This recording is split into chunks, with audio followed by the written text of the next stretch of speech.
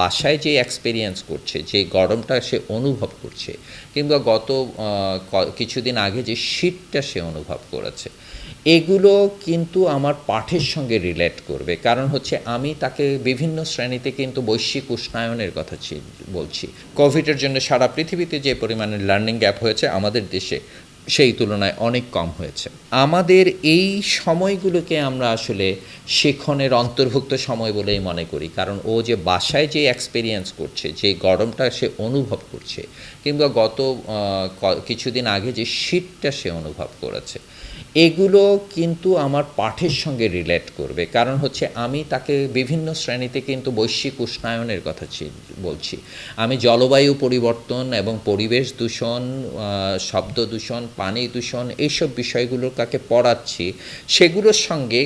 সেগুলো যে বৈশ্বিক উষ্ণায়নে ভূমিকা রাখছে, সেটা একেবারে প্রত্যক্ষভাবে সে অনুভব করছে এখন, যে বৈশ্বিক উষ্ণায়নের কারণে আমার তাপমাত্রা এতটা বেড়েছে, নতুবা আমাদের এই নাতিশীতোষ্ণ দেশটাতে এত গরম বা এত ঠান্ডা হয় না, এখন হচ্ছে। এবং সেটাকে সে যখন অনুভব করছে, তখন তার ভিতরে এই ইতিবাচক পরিবর্তনটাও আমরা প্রত্যাশা করছি, যে সে মনে করবে যে বৈশ্বিক উষ্ণায়ন ঘটে এমন কোনো কাজ আমি করব না।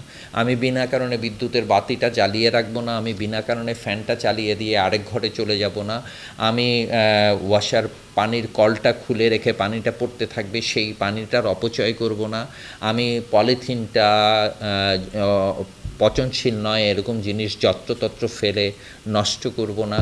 এই যে বিষয়গুলো, এগুলো আমার বাচ্চাদের শেখাবার একটা বড় রকমের জায়গা কিন্তু আমার এই শ্রেণী কার্যক্রমগুলোতে আছে। সেগুলোরই একেবারে প্রত্যক্ষ রিফ্লেকশন তার এখানটায় হবে।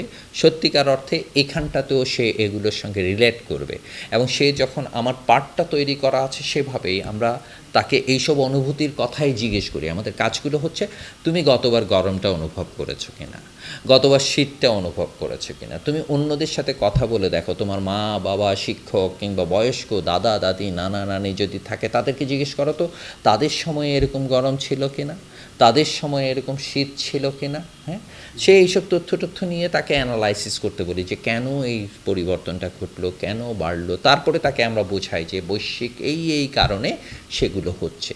তো এই যে প্রক্রিয়াটা, এই প্রক্রিয়াটার জন্য কিন্তু এই এক্সপেরিয়েন্সগুলো আমাকে সহায়তা করবে। ফলে লার্নিং আসলে কখনো বসে থাকে না।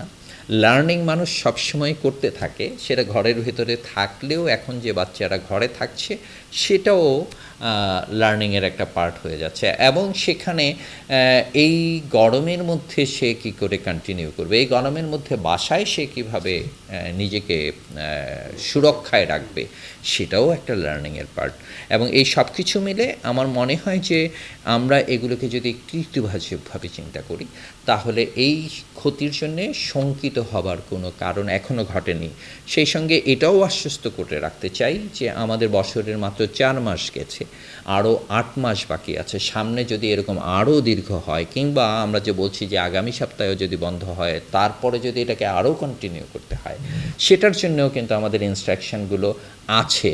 এগুলো হয়তো আমরা এই মুহূর্তে শিক্ষকদের কাছে পৌঁছাই নাই। যখনই দেখব, যেমন কোভিডের সময় আপনারা দেখেছেন যে আমরা প্রতিনিয়ত কিন্তু সেগুলোকে রেসপন্স করেছি, এবং আমাদের কোভিডের জন্য সারা পৃথিবীতে যে পরিমাণে লার্নিং গ্যাপ হয়েছে, আমাদের দেশে সেই তুলনায় অনেক কম হয়েছে। কারণ আমরা ইন্টারভেনশনগুলো অনেক রকমের ছিল।